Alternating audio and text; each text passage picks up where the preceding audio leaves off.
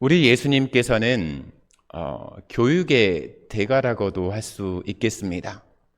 특별히 하나님의 나라, 천국에 대한 이야기를 우리에게 전해주실 때 그냥 알 수 없는, 이해하기 어려운 표현을 쓰는 것이 아니라 우리 일상에서 쉽게 접할 수 있는 것들을 통해서 너무나 편하게 그리고 이해가 되기 쉽게 말씀을 전해주시는 분입니다. 바로 눈높이 교육의 선구자라고 할 수 있겠죠. 예수님과 함께 했던 12제자가 있습니다. 그 제자들에게도 배워야 하는 시기가 있었고 부족함이 있고 또한 이해하지 못해서 항상 헛발질하는 그런 상황도 있습니다.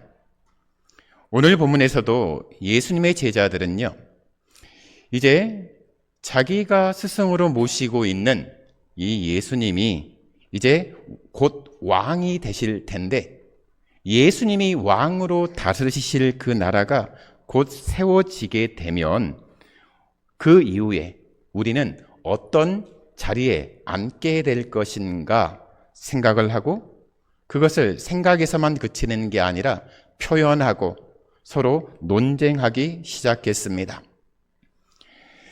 하나님의 나라가 가까이 온 것은 맞습니다. 하지만 제자들이 지금 생각하고 있는 그런 나라가 아니죠.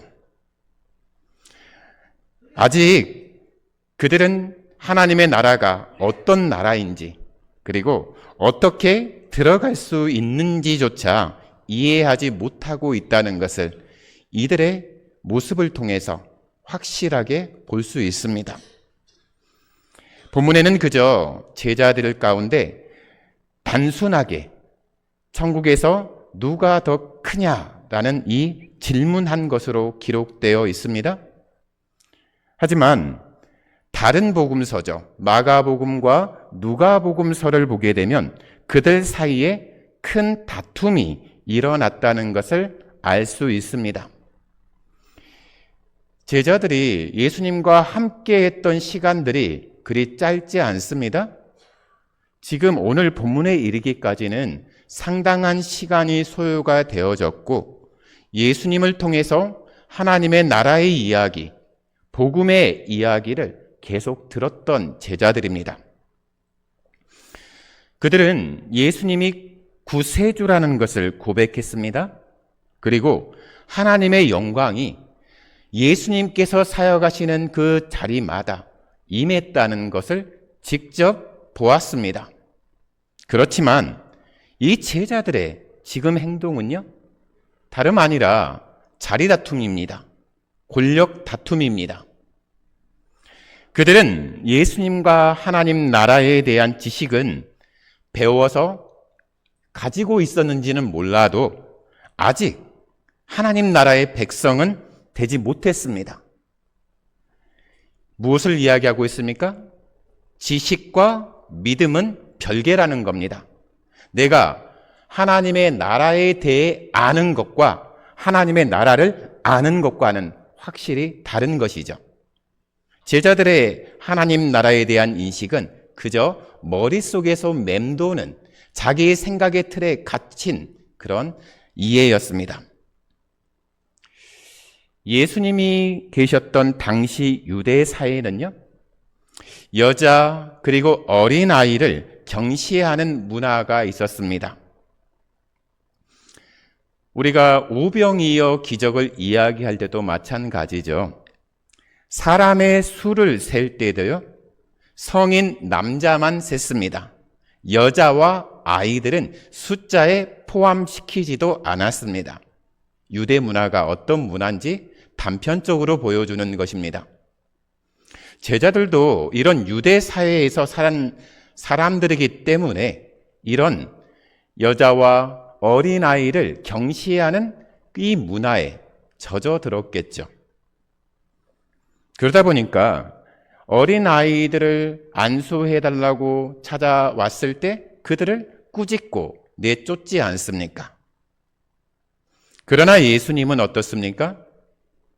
여자와 어린 아이 등 세상에서 소외된 작은 자들에게 특별한 관심과 사랑을 보이셨습니다. 예수님의 공생의 기간 동안 예수님이 만난 사람들, 예수님이 찾아간 장소를 보게 되면 예수님의 그 특별한 사랑을 알 수 있는 것이거든요. 제자들의 관심은 여전히 우리 가운데 누가 더 크냐? 지금 삿바 싸움하고 있습니다. 서로 잘났다는 것이죠. 그리고 서로가 저 사람보다 높다라고, 잘났다라고 생각하고 있는 것입니다. 그러니까 서열을 정하고 싶은 것이죠. 그들 마음속에는 보이지 않는 경쟁이 있습니다. 그리고 비교가 자라났습니다. 제자들도 사람이다 보니까 그런 마음이 드는 것은 당연한 이치이기도 합니다. 예수님이 이 제자들의 본 마음을 모르셨을까요? 다 아셨습니다. 제자들의 이러한 준비되지 못한 미성숙한 모습을 이미 알고 계신 예수님은요, 그들에게 이제 눈높이 교육을 시작하거든요. 이미 성인이 되어서 그것도 예수님과 수년간 함께했던 그 시간을 걸어왔음에도 이 제자들이 하나님의 나라에 대해서 개념을 잡고 있지 못하니까 근처에 있는 어린 아이를 불러서 이 제자들 한가운데 세웠습니다. 그리고 하나님의 백성의 기본 조건을 지금 알려주고 계십니다. 그게 무엇입니까? 어린 아이와 같이 되는 것입니다. 그래야 하나님 나라 천국에 들어갈 수 있습니다. 아주 쉬운 이야기죠. 누가 더 높은 자리에 오르는 것보다도요, 천국에 들어갈 수 있느냐가 먼저라는 것입니다. 여러분, 대학 합격도 않고 나는 대학 생활 가면 이거 하고 저거 하고 할 거야 하는 그런 생각을 하면 됩니까? 먼저 무엇을 해야 합니까? 합격하고 대학에 들어간 이후에 나머지를 할 수 있거든요. 그런데 아직 들어가지도 못한 상황에서 내가 이거 하겠다 저거 하겠다 그런 상상은 할 수 있지만 실제적으로는 불가능한 일이지 않습니까? 천국도 마찬가지입니다. 천국에 들어갈 수 있느냐가 먼저입니다. 그래서 예수님은요, 누가 더 높은 자리에 올라갈까? 지금 신경전을 벌이고 있는 그 제자들에게 너희가 천국에 들어갈 수 있는지를 점검하라 이렇게 꼬집는 것이죠. 천국은요, 하나님 나라는 자신이 하나님 앞에서 내세울 것이 없다는 것을 고백하는 사람, 하나님의 은혜를 붙드는 사람이 들어가는 곳입니다. 그래서 이 천국에 들어가기 위해서 어떻게 준비되어야 하는지 예수님은요, 만나는 사람마다 그리고 가는 곳곳마다 하나님 나라의 복음의 이야기를 하면서 하나님의 마음을 전하지 않습니까? 그게 오늘 제자들에게 하는 이야기와 똑같습니다. 천국은 우리가 뭘 해서 우리의 공로라든가 우리의 노력으로 들어가는 것이 아니라 하나님을, 예수님을 믿는 믿음으로 들어간다. 그러면서 오늘 부연 설명과 동일합니다. 어린 아이와 같이 내가 되었을 때 하나님 나라에 들어갈 수 있다는 것입니다. 그러면 이런 질문으로 바꿀 수 있겠죠.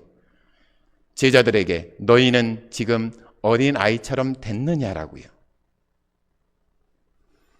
예수님이야말로 완전한 모범이셨습니다. 그래서 예수님이 제자들에게 나를 본받으라고 이야기하지 않습니까? 예수님이 하셨던 말씀, 예수님이 보여주셨던 삶의 모습, 예수님이 들려주셨던 하나님의 말씀을 듣게 되면 하나님이 기뻐하시는 것이 무엇인지, 또한 천국에 들어갈 수 있는 방법이 무엇인지 고스란히 볼 수 있는 것이죠. 그런데 여전히 예수님과 동행하고 그 가르침을 받고 있는 제자들임에도 불구하고 도무지 이해를 못하고 있습니다. 하나님 나라에 대한 이해를 못하고 있습니다. 그래서 답답한 예수님이 그들에게 더 쉽게 설명해 주시기 위해서 어린 아이를 불러다가 제자들 가운데 세우신 것입니다. 우리가 하나님 나라의 백성이 되었다는 분명한 증거가 있습니다. 그게 무엇인 줄 아십니까? 오늘 본문에서도 언급하는 것이지만 어린 아이와 같이 자기 자신을 낮추는 것입니다. 이러한 증거가 우리 양전 공동체에 넘쳐나야 하지 않겠습니까? 내가 잘났다가 아니고 나는 하나님 앞에서 내세울 게 없는 사람이라는 고백하는 거예요. 하나님의 은혜라는 것을 고백하는 것이죠. 높아지기 위해 낮아지는 척하는 사람들이 있습니다. 요즘 선거철 보면 우리가 주변에서 많이 볼 수 있습니다. 그 자리에 깨어차겠다라고 아침 이른 새벽부터 저녁까지 90도 인사 하지 않습니까? 허리가 끊어질 것 같겠죠. 하지만 그들이 당선되고 나면 언제 그러냐는 듯이 이제 목에 힘이 들어갑니다. 높아지기 위해서 낮아지는 척하는 것이죠. 그게 아니라 예수님의 마음으로 낮아진다면요, 사람이 아니라 하나님이 높여주실 겁니다. 나는 어디까지 올라갈 수 있을까? 나는 어느 자리까지 올라갈 수 있을까? 교회에서는 내가 이제 집사 직분을 받고 또 안수받고 안수집사가 되고 권사가 되고 그리고 조금 더 인기를 몰아서 내가 장로까지 돼야지.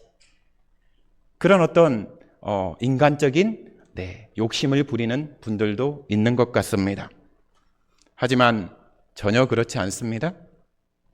어디까지 올라갈 수 있을까가 아니라요, 교회에서 질문은 정반대입니다. 나는 하나님 앞에서 얼마나 작아질 수 있는가? 이 질문으로 바뀌어야 되는 거거든요.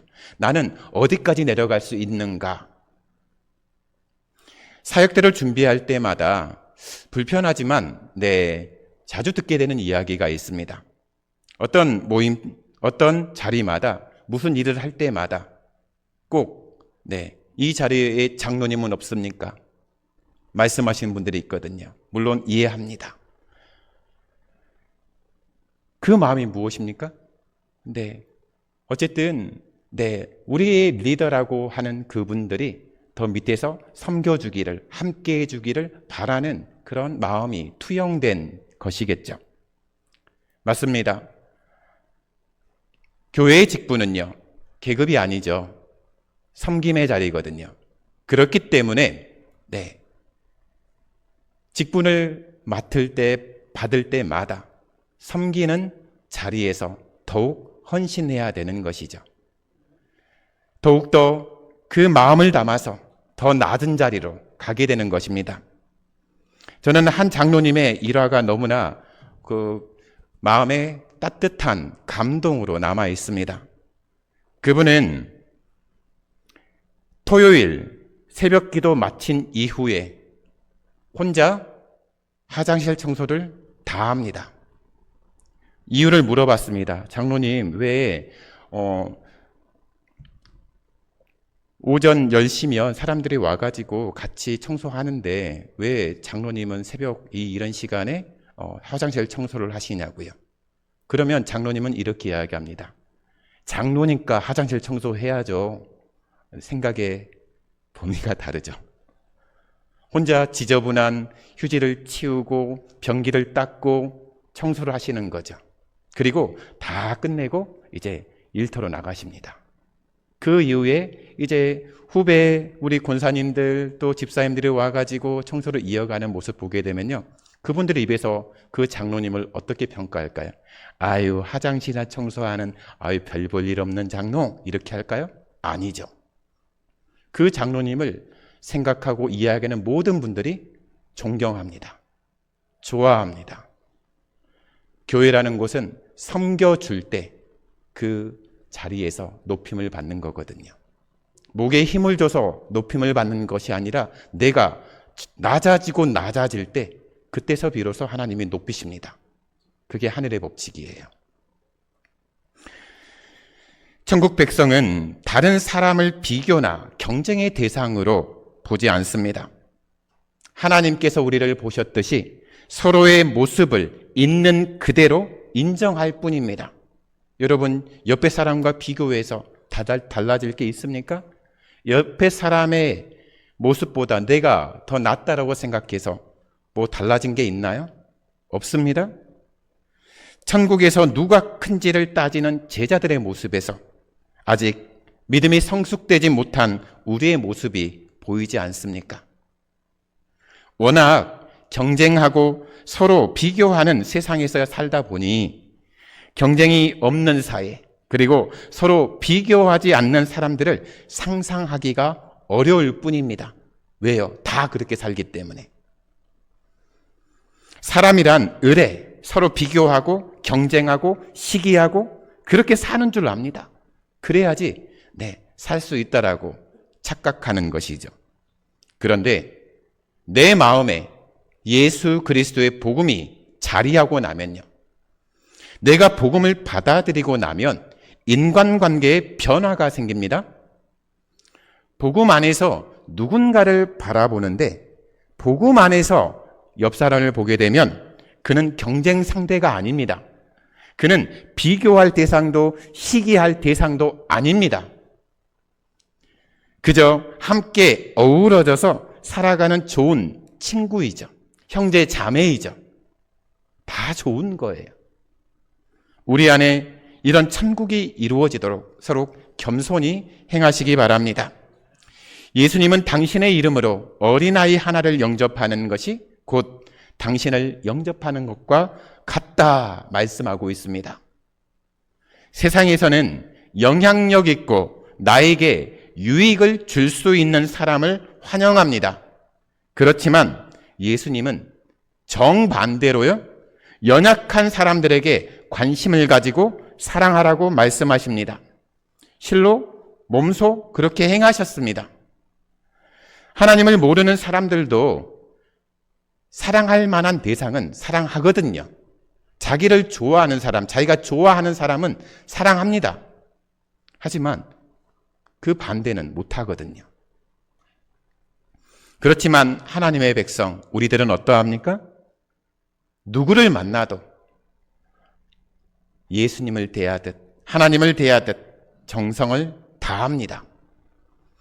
예수님의 사랑 가운데 거하는 우리는요, 서로의 연약함까지 품어주고 받아줘야 하는 것이거든요.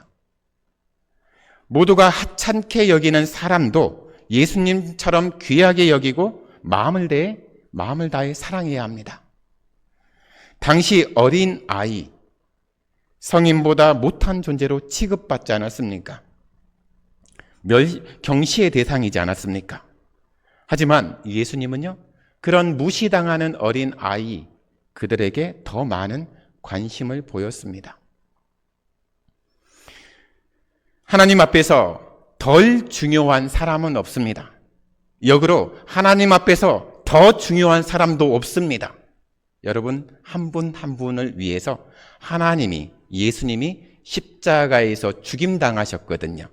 여러분은 예수님의 십자가 보혈의 능력으로 구원받은 사람들입니다. 전부가 값을 매기자고 한다면 하나님의 아들 예수 그리스도의 몸값이거든요. 돈으로, 수치로 환산할 수 없는 가격입니다. 그런데 누가 누구를 비교합니까? 다 귀하고 존귀하고 거룩한 하나님의 자녀들인데요. 함부로 대해도 되는 사람은 없습니다. 모두가 존귀한 사람이고 모두가 하나님의 형상으로 지음받은 귀한 존재들입니다. 우리 안에 복음의 능력이 역사하면 누구든지 귀한 존재로 바라보게 되는 것입니다. 한번 옆에 사람 보시기 바랍니다. 존귀하게 보이시죠? 네, 아멘입니다. 사람 대하기를, 옆에 형제 자매 대하기를 하나님 대하듯 할 때 아름다운 천국이 바로 우리 공동체 이 자리에 이루어집니다.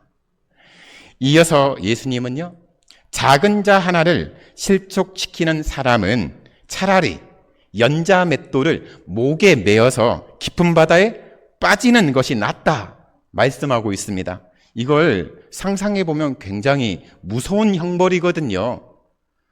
로마 시대에도 이 형벌이 있었습니다. 형벌의 목적은 그겁니다. 이 사람은 시신을 수습할 가치조차 없으니까 그 흔적을 없애버리겠다는 거거든요. 그래서 연자맷돌을 목에 매서 바다에 빠뜨리는 형벌로 그 죄를 다스렸습니다. 그런데 이 이야기를 지금 예수님이 하고 계시거든요. 어떤 사람에게요? 작은 사람을 무시할 때요. 작은 자 하나를 죄와 절망으로 밀어넣는 일은 그만큼 심각하고 무거운 일이라는 뜻입니다. 예수님이 말씀하신 작은 자가 누굽니까? 그냥 키가 작고 덩치가 작은 사람입니까? 아닙니다. 세상 기준으로 보았을 때 보잘것없는 사람, 그리고 믿음이 연약한 사람, 보호가 필요한 사람, 격려가 필요한 사람들이 모두가 작은 자들입니다. 예수님이 우리에게 말씀하시죠. 우리의 말과 태도, 요구와 기대는요, 누군가를 세우기도 합니다. 또한 누군가의 마음을 꺾어버리기도 합니다. 아이들에게, 새가족에게, 믿음이 연약한 이들에게, 잘못한 이들에게 우리가 던지는 한마디 한마디가 있지 않습니까? 그 한마디가 그들을 주님께로 가깝게 이끌 수도 있지만 반대로 멀어지게 할 수도 있습니다. 교회에서 상처받은 사람들의 공통적인 한 가지가 있죠. 말의 상처를 받았어요. 그러니까 교회 가기 싫은 거예요. 교회가 세상보다 더하더라. 그런 표현까지 서슴없이 쓰고 있습니다. 그만큼 우리가 한번 살펴보아야 할 부분인 것이죠. 예수님은 우리에게 너는 작은 자를, 이렇게 보잘것없는 사람들을 어떻게 대하고 있느냐 묻고 계십니다. 우리의 가정과 교회가 이렇게 힘없는 연약한 사람들이 숨 쉴 수 있는 공간이 되길 원합니다. 넘어졌지만 그럼에도 다시 일어설 수 있는 공간이 되기를 원합니다. 그러려면 우리의 말이 살리는 말이 돼야 되거든요. 우리가 먼저 섬겨야 되는 것이거든요. 모두가 귀하지만 특히 존귀하게 여겨야 할 사람들이 있습니다. 바로 믿음 안에 있는 사람들입니다. 즉 믿음으로 주님의 자녀가 된 사람들입니다. 바로 옆에 계신 분이 그 대상이에요. 바로 여러분 자신이 그 대상이에요. 예수님은 예수님을 믿는 작은 자 중 하나도 업신여기지 말라라고 말씀하십니다. 하나님의 자녀를 업신여기거나 그들 마음에 상처를 주지 말라라고 엄히 경고하셨습니다. 무서운 형벌을 이야기하셨잖아요. 그렇게 해서 누군가를 실족하게 할 바에는 연자맷돌을 목에 메고 바다에 빠지라고요. 하나님의 경고의 수준이 얼마나 높은지 알겠죠. 우리가 그냥 무심코 내뱉은 한마디가 한 사람을 낙심시키거나 한 사람을 실족하게 되면 그 형벌을 내가 받아야 되는 것입니다. 예수님이 지금 우리에게 말씀하시고 있습니다. 자녀들은 누구를 닮아갑니까? 부모를 닮아가죠. 엄마를 닮아가고 아빠를 닮아갑니다. 우리는 누구의 자녀입니까? 하나님의 자녀입니다. 하나님의 자녀라면 누구를 닮아가는 게 맞습니까? 하나님을 닮아가는 게, 예수님을 닮아가는 게 마땅합니다. 예수님이 이런 작은 자들을 더 관심을 가지고 그들을 특별히 사랑했던 것처럼 우리도 그렇게 해야 하지 않습니까? 작은 자를 영접하는 것은 예수님을 영접하는 것과 다르지 않다라고 말씀했습니다. 우리가 작은 자를 섬기고 존귀하게 여길 때 하나님이 얼마나 기뻐하시는지 한번 상상해 보시기 바랍니다. 자녀가 나의 좋은 모습을 본받아가지고 그대로 하게 되면 얼마나 마음이 뿌듯한가요? 근데 역으로 못된 것을 따라하게 되면 마음에 열불이 나지 않습니까? 하나님이 우리 보셨을 때 기뻐하는 그 모습이 되기를 바랍니다. 예수님은 이어서 사람 마음 깊은 곳에 있는 죄의 뿌리를 다루고 계십니다. 손과 발, 눈이 죄를 짓게 하거든 어떻게 하라고요? 찍어내고 빼어버리라고 말씀하십니다. 이 표현도 굉장히 과격한 표현이거든요. 그냥 잘못하면 손발을 잘라버린답니다. 눈을 빼버린답니다. 무섭잖아요. 그런데 지금 예수님이 이 이야기를 하는 것은 그렇게 하라는 게 아니라 의미가 담겨져 있거든요. 손은 우리가 하는 것이죠. 발은 우리가 가는 곳이죠. 그리고 눈은 우리가 바라보는 곳을 상징하고 있습니다. 우리의 습관, 우리의 관계, 우리의 시선, 우리의 선택 가운데 우리를 죄로 이끄는 것들을 찍어버리라는 겁니다. 빼어버리라는 겁니다. 죄를 짓고 나서 회개하면 된다, 이렇게 안일하게 생각해서는 절대 안 됩니다. 죄는요, 피하는 게 상책입니다. 절대 죄와 마주치지 마세요. 그냥 죄인 것 같다 싶으면 빨리 자리를 피하세요. 어떤 공동체든요, 다른 사람들보다 자신을 높이려 하고요, 다른 사람들을 자기 뜻대로 움직이고 싶어 하는 사람들이 있습니다. 요즘은 이제 가스라이팅이라 그래가지고 이것을 교묘하게 이용하는 사람들이 등장한 것을 우리가 여러 모습들을 통해서 보지 않습니까? 이런 사람들이 실제로 힘을 얻습니다. 권력을 차지하고 높아진 자리에 있기도 합니다. 하지만 우리는 예수님의 경고를 생각해야 됩니다. 결코 그런 자들을 부러워하거나 따르는 일이 없어야 합니다. 우리 양전교회는 이런 분이 없습니다. 사람에게 줄 서는 사람 없습니다. 어떤 교회는 사람에게 줄 섭니다. 나는 이 장로파, 나는 저 장로파 해서 서로의 라인을 중요시합니다. 그래서 어떤 안을 낼 때도요, 내 라인의 장로가 그것을 통과시켜주면 굉장히 좋아하죠. 절대 교회는 사람에게 줄 서서는 안 됩니다. 우리가 줄 설 곳은 딱 하나입니다. 십자가 아래, 하나님 앞에. 그때 줄 서면 되는 거예요. 그런데 거기에도 순위가 매겨지지 않습니다. 다 동일합니다. 은혜가 똑같습니다. 결코 우리는 하나님이 싫어하는 그 일들을 하지 않아야겠죠. 여전히 돈, 명예, 권력 등과 같은 어른 싸움에 매몰되어 있다라고 한다면 빨리 회개하십시오. 그리고 그냥 어린아이 같이 되기를 기도하시기 바랍니다. 사랑하는 성도 여러분, 천국은 서로를 존귀하게 여기는 나라입니다. 천국은 서로가 존귀하게 여겨지는 나라입니다. 천국에서 큰 자는 어린아이처럼 자기를 낮추고요, 별 볼 일 없는 작은 자 하나를 귀하게 여깁니다. 그리고 죄를 가볍게 여기지 않고 과감히 끊어내는 것입니다. 그게 천국 백성의 모습입니다. 이 길은 결코 쉽지 않습니다. 예수님의 길을 따를 때 성령님이 겸손한 마음, 사랑의 마음, 또한 거룩의 열매를 우리로 하여금 맺게 하십니다. 우리 마음을 하나님 앞에 낮추십시오. 주변에 연약한 작은 자들을 눈여겨 주목하시기 바랍니다. 그리고 죄를 향한 타협은 끊어버리십시오. 그렇게 결단함으로 우리 안에, 우리 양전 공동체 안에 천국이 이루어지기를 주님의 이름으로 축원합니다.